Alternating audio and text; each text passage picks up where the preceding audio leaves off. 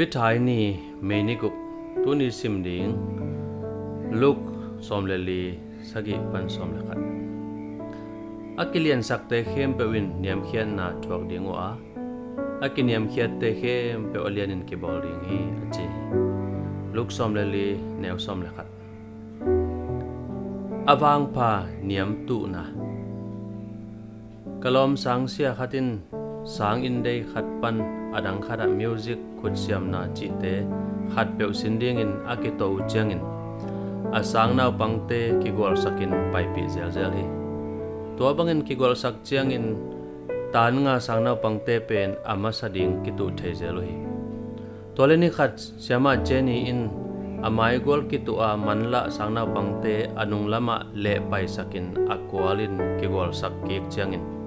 ama sate anung lam tungin anung pente amai pen tungyawi to hangin abangale chi in sangnaw pangten lamdang sawi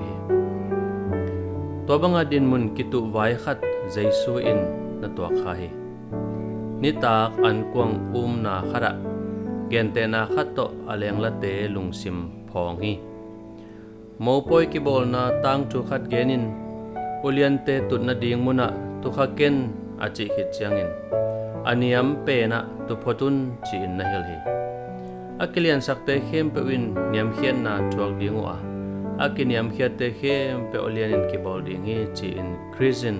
mitam pi ngai su na to akibang lok thu na hil hi hewan tung thukun pen zui ding ol pak lowi atom na pen itu phial zongin ilung sima ama sa pen ma kingim gi ge chat hi jaisuin ama gen bangin gamta ding le kiniam khian na atom na aniam tu na pen ade wai wang sot na ahi jok lam ithungai sujia I khel ding punghan thon hi kiniam khiat ding jaisu ngil bangin anung ta mi khat pe na thei khange hiam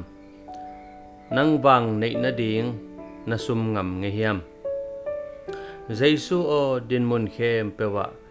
ka kiniam khiat zo ding hongu in amen.